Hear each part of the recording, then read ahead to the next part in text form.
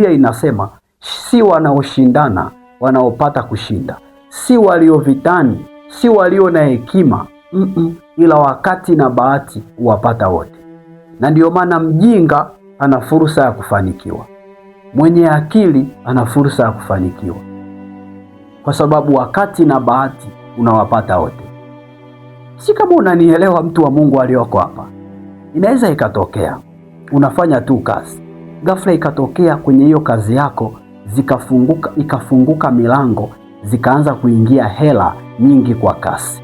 Ukiona hela nyingi zimeanza kuingia kwa kasi, ukiona kuna vifursa vimekufungukia kwa kasi na vilikuwaga havijakufungukia, ghafla tu vimekufungukia, wala hata ukukaa kuomba, yaani imetokea ghafla tu, usitumie hela vibaya, usitumie hiyo chansi vibaya.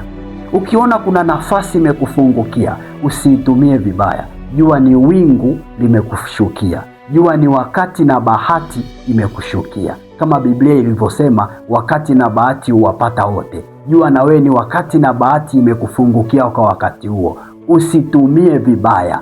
Kuwa mwaminifu kwa Bwana, kuwa mwaminifu kwenye matumizi, kuwa mwaminifu kwenye matumizi ya huo wakati, ili huo wakati utakapoondoka na kwenda kwenye zamu ya mtu mwingine, maana kumbuka ni zamzamu, itakapoenda kwenye zamu ya mtu mwingine, wewe usibaki ukapungukiwa. Ile neema ya ule uaminifu ikutunze nyakati zako zote. Si kama unanipata, mtu wa Mungu aliyoko hapa? Lakini pia kumbuka neno hili, kitabu hiki cha Mhubiri mstari wa 12 kimetusisitiza pia kwamba wakati mbaya pia unamwangukia mwanadamu kwa ghafla. Kama ambavyo samaki anaweza akanaswa kwenye mtego kwa bahati mbaya, ndivyo ambavyo mwanadamu anaweza akaangukiwa na wakati mbaya kwa bahati mbaya. Yote yanawezekana, ndivyo Biblia inavyosema, sio mimi, ni maandiko.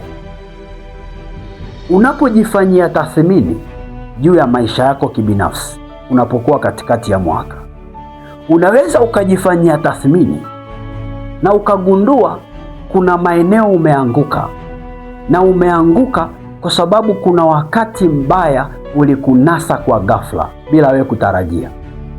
Kuna watu wanaanzaga mwaka vizuri tu, unashangaa inafika mwezi wa 4 anapata ajali, anavunjika miguu yote miwili.